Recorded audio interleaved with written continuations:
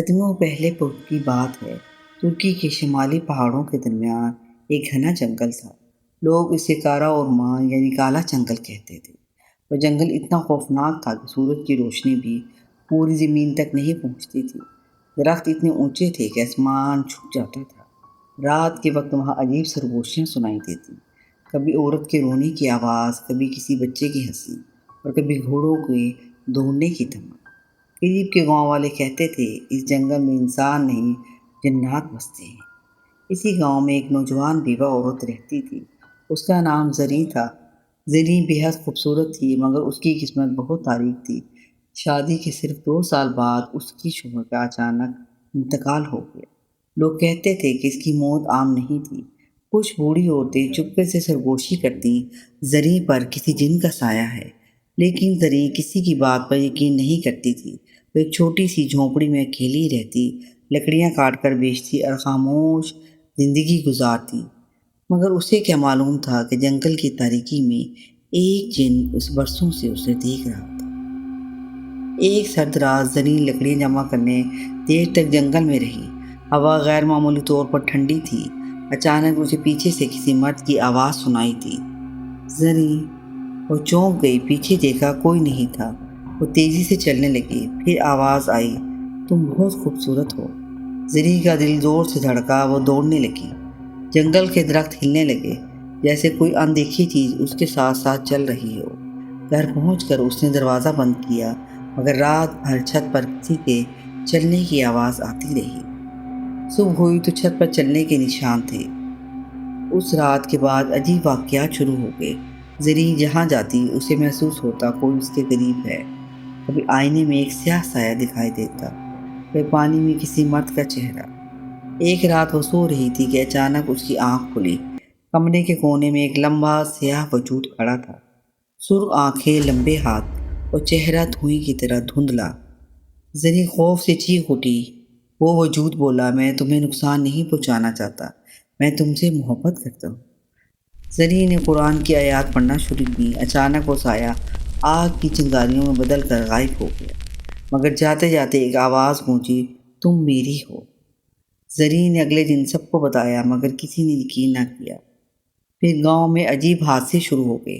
رات کو جانور غائب ہونے لگے، لوگوں کے گھروں کے باہر چلے ہوئے قدموں کے نشان ملتے، اور ہر حادثے کے بعد درخت پر ایک لفظ لکھا ہوتا، زریں۔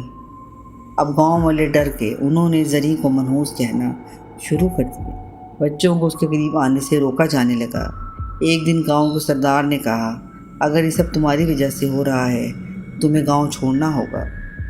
زریں روتی ہوئی جنگل کے کنارے ایک پرانی جھونپڑی میں رہنے چلی گئی۔ اسے لگا شاید اب سب ختم ہو جائے گا، لیکن اصل خوف تو ابھی شروع ہوا تھا۔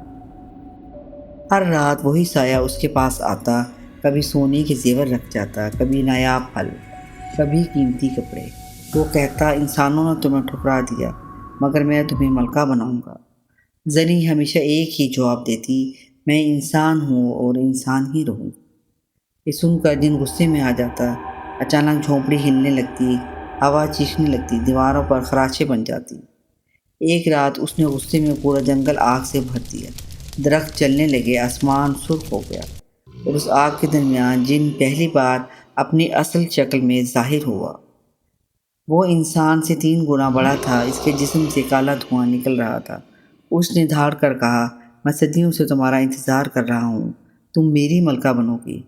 زریں کانپتی ہوئی بولی، محبت زبردستی نہیں ہوتی۔ یہ سنتے ہی جن کی چیخ پورے جنگل میں گونج گئی۔ اگلے دن ایک بوڑھا درویش زریں کے پاس آیا۔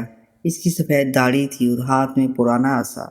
وہ بولا، وہ عام جن نہیں، وہ جنات کے بادشاہ کا بیٹا ہے، اور جب کوئی جن انسان سے عشق کر لے تو وہ تباہ ہو جاتا ہے۔ زریں نے روتے ہوئے کہا، آخر میں کیا کروں؟ درویش نے چھوٹا تعویذ دیا، آج آدھی رات وہ آخری بار آئے گا۔ اگر تم ڈر گئی تو وہ تمہیں لے جائے گا، مگر تم اگر ثابت قدم رہیں تو اس کی طاقت ختم ہو جائے گی۔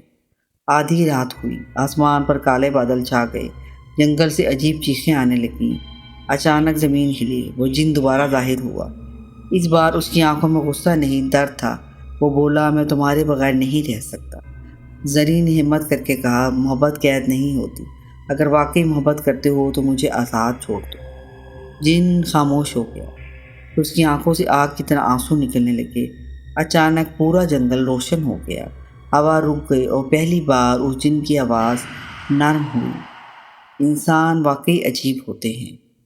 پھر اس نے ہاتھ آسمان کی طرف اٹھایا اور دھیرے دھیرے راکھ میں بدلنے لگا۔ جاتے جاتے اس نے کہا، میں تمہیں کبھی نقصان نہیں پہنچاؤں گا، اور پھر وہ ہمیشہ کے لیے غائب ہو گیا۔